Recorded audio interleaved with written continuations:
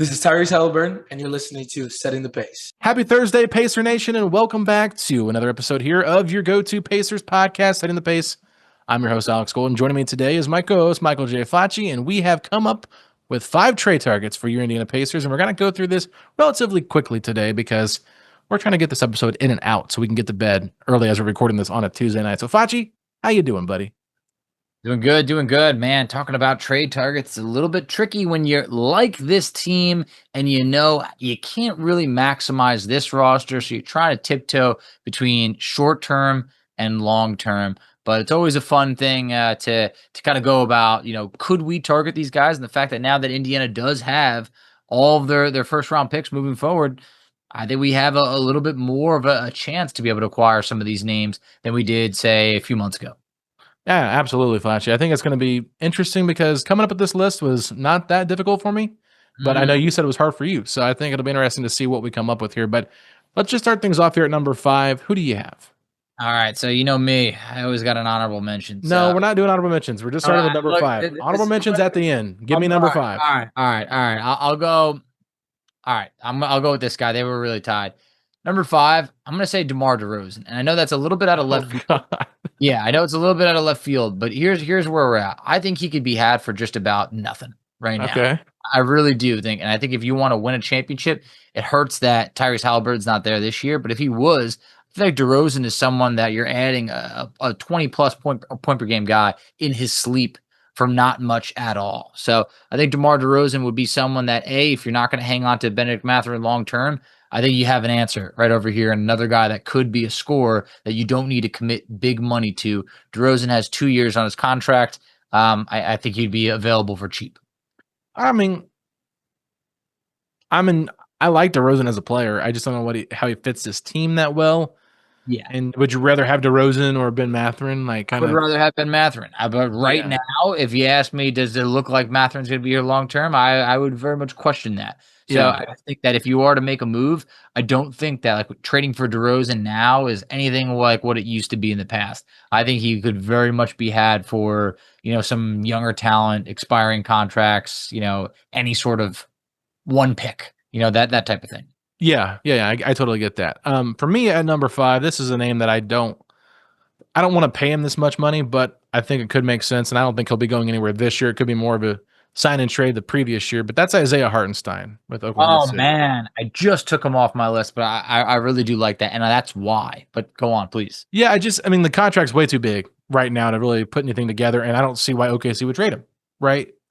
I'm just saying, he's a guy that could make some sense at your 5 if you do want a 5, and I like his play, even though I made some jokes about him during the finals run. I hated him as the enemy, but I think he would be a nice fit next to Siakam and Halliburton in that group. The only reason why I took him off my list is because he has 2 years left on the contract, and one of them really isn't guaranteed at all. So my guess is in order to get to his salary this year of close to $30 million, it might take a lot, but 2 years from now, it might not take that much at all. And I think that when you look at how OKC's contracts align, he is going to be the odd man out. Shea, Chet Holmgren, Jalen Williams all got paid big money, and I don't think that OKC, a small market team, is going to operate paying those guys and Isaiah Hartenstein about $30 million per year. So I left them off, but I'm very intrigued. Okay, let's move to your number 4. Next on my list, might surprise a few people, but Dante DiVincenzo. All right, okay. DiVincenzo, I think, is not happy in Minnesota at all. Dante DiVincenzo is a player that many Pacer fans don't like because we remember him stepping on Miles Turner. Well, you know what? Maybe he saw something that we didn't see. All right. But no. Just all jokes aside, look, really good three-point shooter. And I look at this Pacers roster and I'm a little bit worried about their three-point shooting.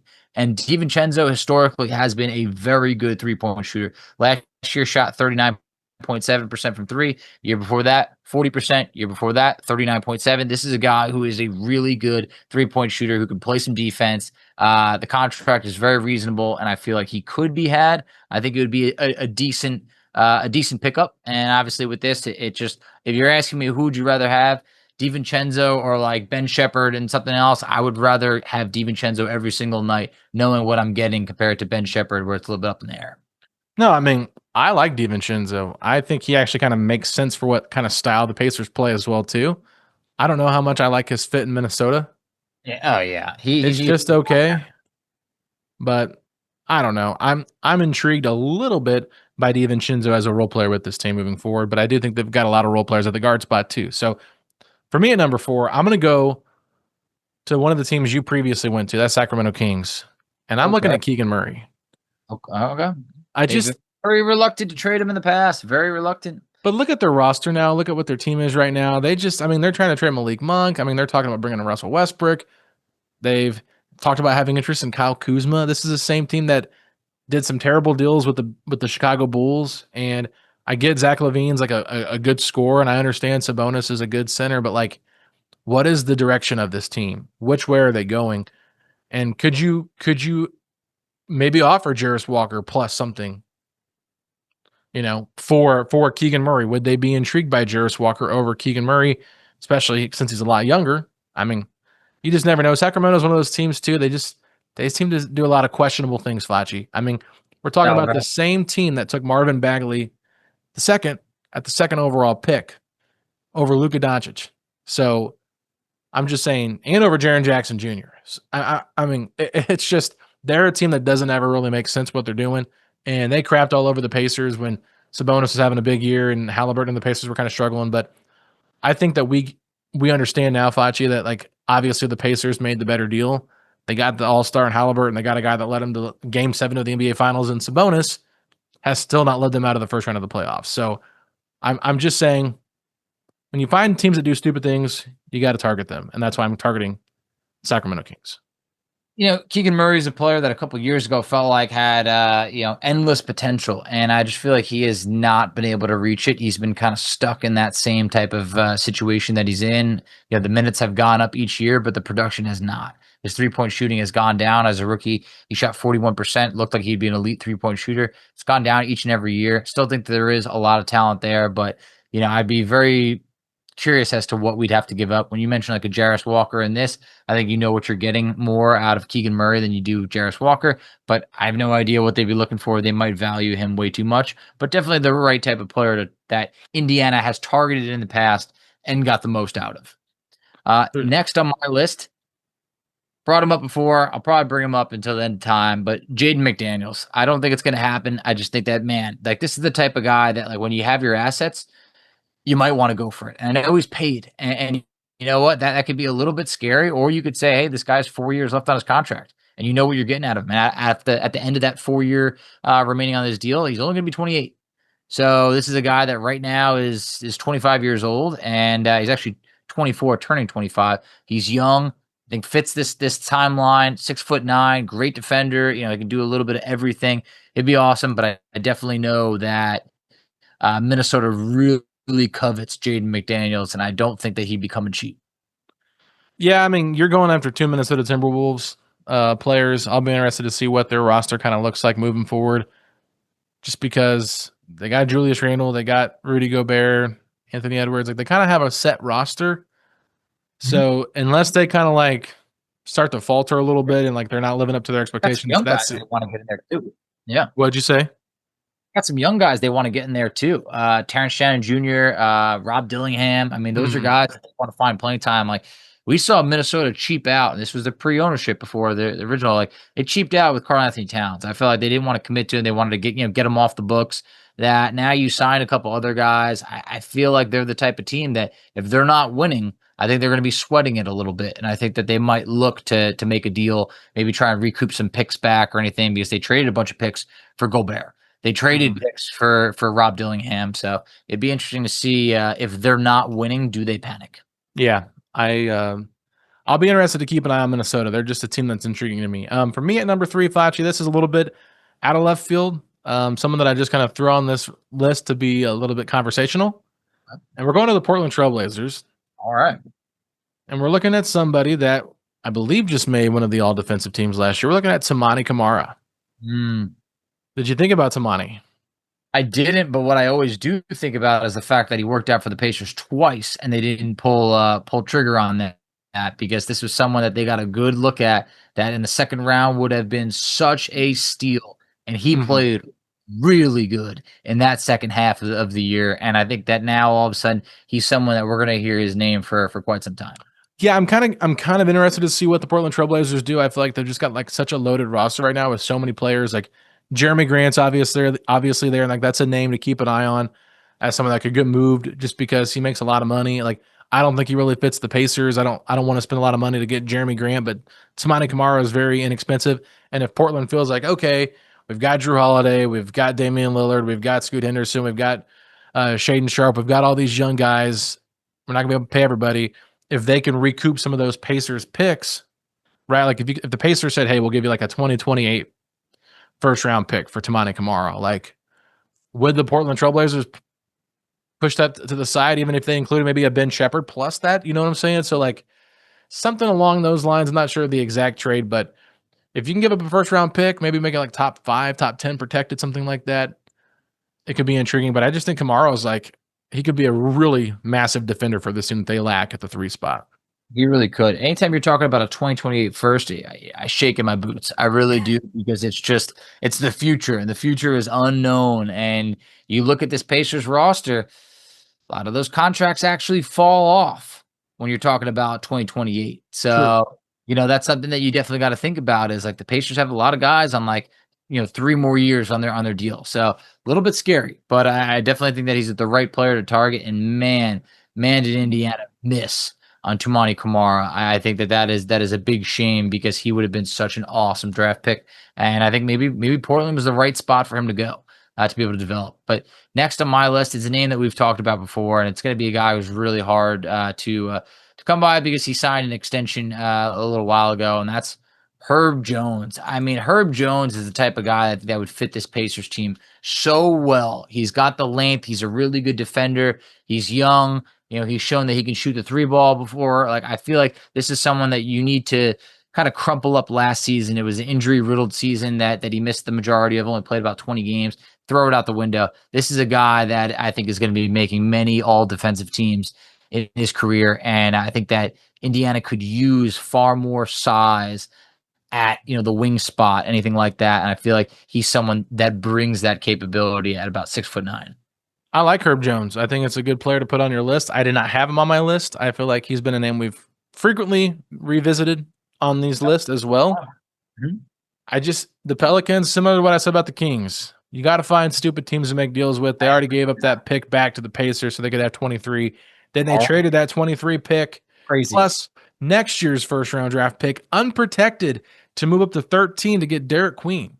Wild move. It was one of the most bizarre moves that we've seen in a long time for NBA draft trades. I mean, everybody was talking about what kind of trade is this? So I just say, hey, if you can target the Pelicans and try to get somebody off their roster because they just don't really know what the crap they're doing, that makes a lot of sense to me. And so that's why at my number 2, Facci, I'm going to stay in New Orleans, going after a guy the Pacers probably should have drafted at 13 instead of Chris Duarte. We're talking about Trey Murphy III. And just imagine how different this team would look if they had Trey Murphy III on their roster instead of Chris Duarte. Like, I know they had to trade Chris Duarte to get Obi Toppin, but they still could have got Obi Toppin if Trey Murphy III would have been their pick. And I understand I was a big Moses Moody guy. He's in my mentions every time just because I love Moses Moody. But let's be honest here. Like, Trey Murphy III really broke out a couple of years ago, and he's been injury prone. That's the only problem with him. And that's my biggest concern is, like, why would the Pelicans want to trade him? If he's injury prone, that might be their only reason why. And if you're the Pacers, hopefully you feel like your medical staff can help him fight through some of that stuff. So very young player, fits the timeline of this team. I think he would be great to pair with Halliburton moving forward. They need more of a 3, in my opinion, than what Aaron Nesmith brings. Even though I love Aaron Nesmith, I think he's kind of more of a hybrid, like 5th option on your starting 5. Maybe like he's more of a 6 man, but not really a 6 man because you don't want to run your offense through him. But even he could slide up to the 2. So I like Trey Murphy III a lot. Oh, I definitely know you do. And you and I we did not discuss any names in advance. We didn't want to overlap. I left him off my list because I knew you would have him on yours. So I didn't want to steal your thunder because you have brought him up for years. I think he would be an awesome get for the Pacers. Yeah. I am a bit terrified to know what it might cost, But you look at that New Orleans roster, and like there's a lot of talent there, and they're not going to be able to maintain all of it. Like there's only one ball. There's a lot of talented guys there. So I'd be curious to see eventually who they do look to trade. Maybe it's just trading Zion for a boatload of assets and then building around the rest of the group. But Trey Murphy would be a huge get for the Pacers, and if they can do it, hey, I'm signing off. Going back to your point on Toumani Camara, because I wanted to see him. Like I know the Pacers drafted someone just before it. I did see it confirmed. Pacers took Mojave King before Toumani Camara. Ooh. And that is brutal because I don't think there was ever a plan to bring over Mojave King. I think it was just, hey, you know what? We have this draft pick like this. Let's get a guy that we could stash and we'll see what happens. And, maybe you can make an argument to say, other guys weren't willing to accept, two-way contracts or anything. Toumani Camara, at pick 52, I would imagine very much could have been in play for the Pacers. It's very upsetting that they did not draft him. And you look at Mojave King was just thrown in that deal with the 23rd overall pick in this draft to get our pick back. Like he's never going to touch an NBA court. So what are we doing? Mojave King, worst pick Pacers probably ever took. They could have Trish Jackson Davis. I know. Don't get me started. I know there's reasons why they didn't do it. Exactly. Yes. Screw those reasons. Take who you want. It's your draft pick, you big baby. Figure it out. Like, think about it. Just figure it out. Like, are those guys really going to play hardball at that point? Like, we just watched Ace Bailey get drafted to the team that he said he would not play for. And you know what? He's going to play for them. He's already played for them in Summer League, and it's going to be all right. Like, most of these times, you just got to call a bluff, especially at pick 47. Like, call the bluff. This is the top 5, top 10 pick. But last on my list, it's a guy that I just think, and I don't know, maybe you got him number 1 because I just think he makes a lot of sense, but he's number 1 on my list. Walker Kessler. I just think is, in my opinion, not on your list. Interesting. No. Walker Kessler, in my opinion, just makes so much sense for the Pacers. Like when you're looking to fill your center for the next few years, I feel like Walker Kessler would be a great option for the Pacers. The Jazz are a team that, like, I don't know when they're ever going to be ready to win. I don't know, but like they're just accumulating just good young players, and I think they've been a little bit hesitant to pay people. And I think that Walker Kessler, maybe this is their opportunity to get out from it and say, hey, you know what, we're going to trade him for more young talent and draft picks and keep this rebuilding process going. He's a really good rebounder, but he doesn't really shoot the 3. Yeah. Really good shot blocker. Really good shot blocker. Let me ask you this, and this is not a prisoner of the moment thing. I'm just kind of curious, but Kyle Filipowski, he kind of gives me like could have Jay Huff vibes. Yeah, maybe we'll see. Because what was he, like the MVP of the summer league? Like yeah.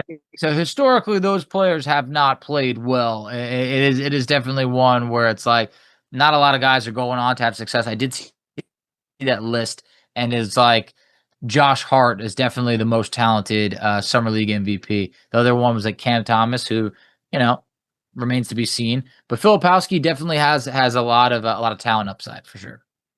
All right, Facci. So for my number 1, we're talking about a big man because the Pacers need a starting center. And I think this guy could very well be available. We're going back to Minnesota.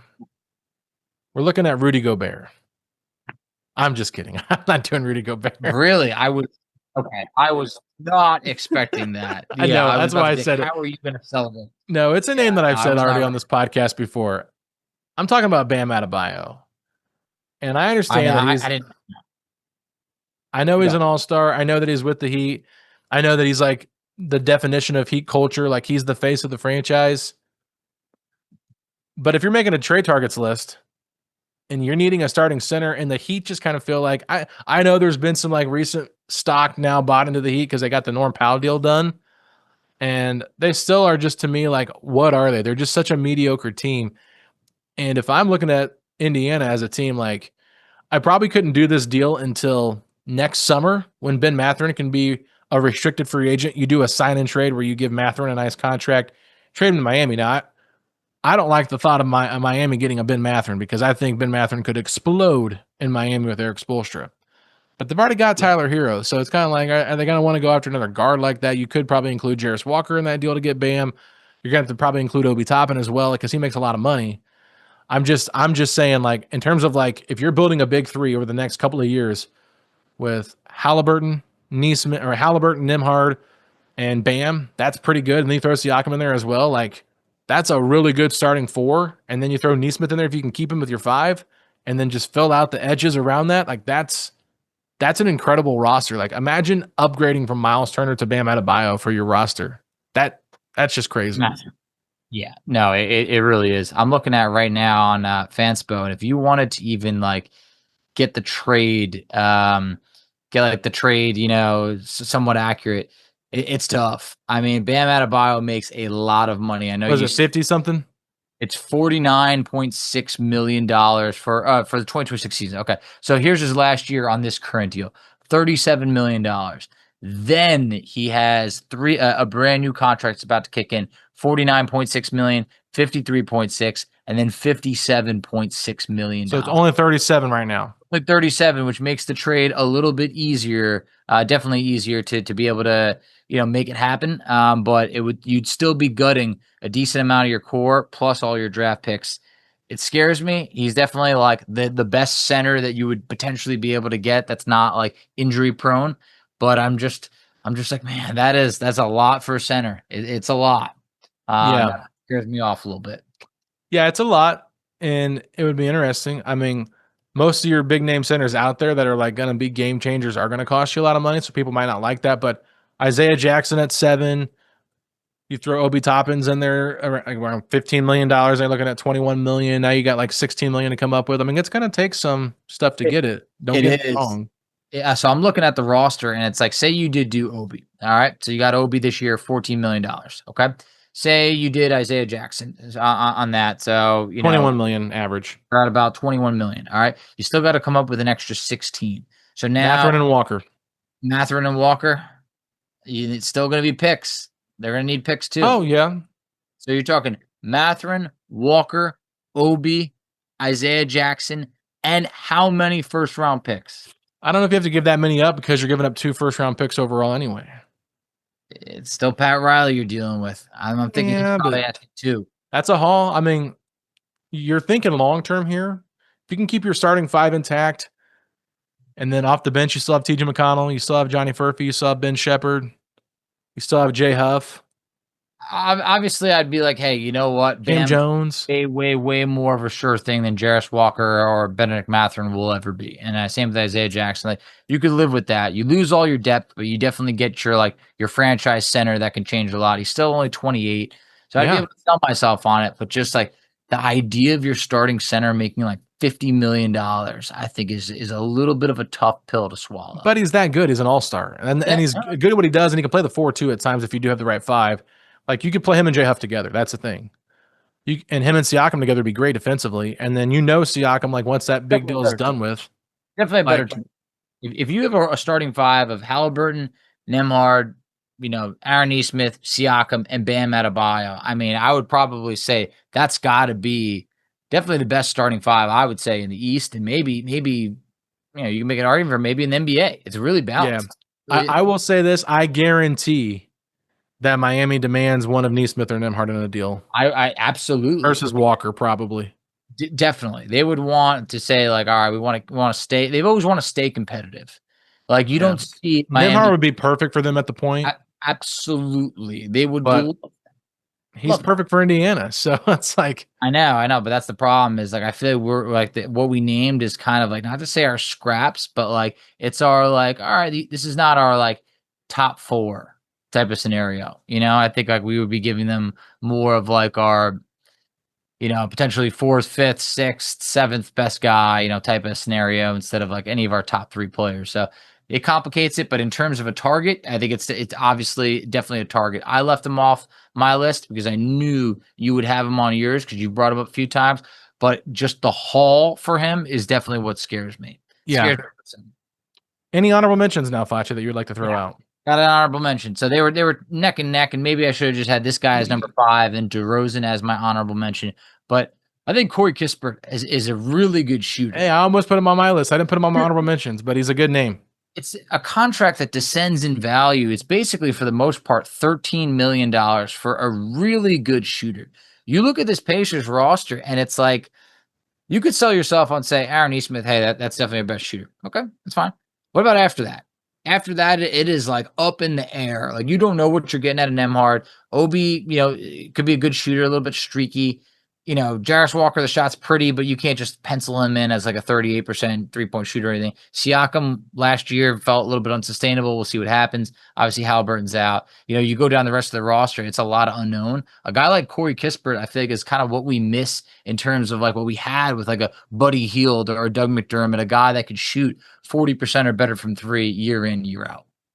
I like him. I like him a lot. I actually considered him, and I also almost considered Grady Dick as a name to go after. I thought about it. Still young enough where I feel like they would want to hold on to him, but Kispert, I think, could totally be had based on the direction of the Wizards. Yeah, a couple of names I had out for honorable mentions. They're actually, one's a current Grizzly, one's a former Grizzly. I'll go with the current one. Santi Aldama would be a really nice name. 7-foot guy, shot the ball incredibly well last year. I went through and looked at like 3-pointers attempted and 3-pointers made and 3-point percentage and kind of like built my like group of guys off that. Yeah. This guy, I think that this player was either like top 4 in percentage or attempts that I also have on my list. And I know people don't like him, but he just got traded to the Phoenix Suns and Dylan Brooks. I think Dylan Brooks would be a nice piece here. Thought about it.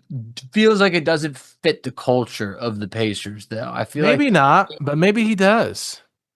I don't know. Yeah. The Pacers are always like, we're a bunch of good guys that play hard. And then there's like but Dylan he plays hard. That's the thing. Very much plays hard.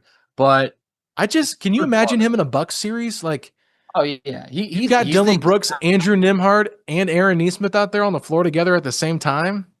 He's the definition of the guy you want on your team and the guy that you hate playing against. The definition of that. Yeah, he's an idiot most of the time, and I don't love a lot of the stuff that he does. And I don't like his shot selection a lot. And I know a lot of people don't like him. He thinks he's way better than he is, but he does influence winning. He definitely influences winning. And let's be honest, if he's taking stupid shots, he'll find himself on the bench. Carlisle won't put up with that. I mean, I trust his coaching staff and I trust his culture that a guy like him could be manageable. He's not to the same level as a Draymond Green, right? So that's all I'll say about that. But that's the only 2 honorable mentions I had. So I thought this was a good list. I'll go through my 5 real quick. Isaiah Hartenstein, Keegan Murray, Tamani Kamara, Trey Murphy III, and Bam Adebayo. Facci, your 5. I have it written down here was DeMar DeRozan, Dante DiVincenzo, Jaden McDaniels, Herb Jones, and Walker Kessler. Yep. That it was. I think looking back on it, probably should have swapped Kispert in at the 5 spot, had DeRozan as the honorable mention, because it's not that I'm in love with DeRozan. I just feel like that man is getting traded next year. Yeah. I feel like the Kings are going in such a like bad direction that he's going to be like, I can't be here. Like this, I'm getting towards the back end of my career. Like I want to be on a team that's going to be in the playoffs. Like I want to win. And I feel like if we had Halliburton, that's one of those guys that said, man, go out there and get him, because I think you can get him for not much at all. But I think overall, fun list. I think we had 10 different players, which is crazy for not talking about this. I know. I think I expected us to have 2 or 3 of the same guys. To not have any guys overlap, I think is pretty impressive. I didn't put Seth Curry on my list because I figured you'd have Seth Curry, and I didn't put Kyle Anderson. Here's what I'll say. I looked at 3-point shooters and I said, all right, how do we find the best 3-point shooter for cheap? Number 1 name on the list, Seth Curry, who shot 45.6% from 3 last year. And I just went, oh my God, it's right in front of my face. Like it's always been Seth Curry. It's always been Seth Curry. Always. And I don't know why this guy just can't even fetch a contract like above the league minimum. So I want the Pacers to just finish the job. Just bring him in at one point on a minimum deal. It would be awesome. Yeah. Well, have you heard Michael Scotto's conversation with me? It looks like he's going to the Warriors.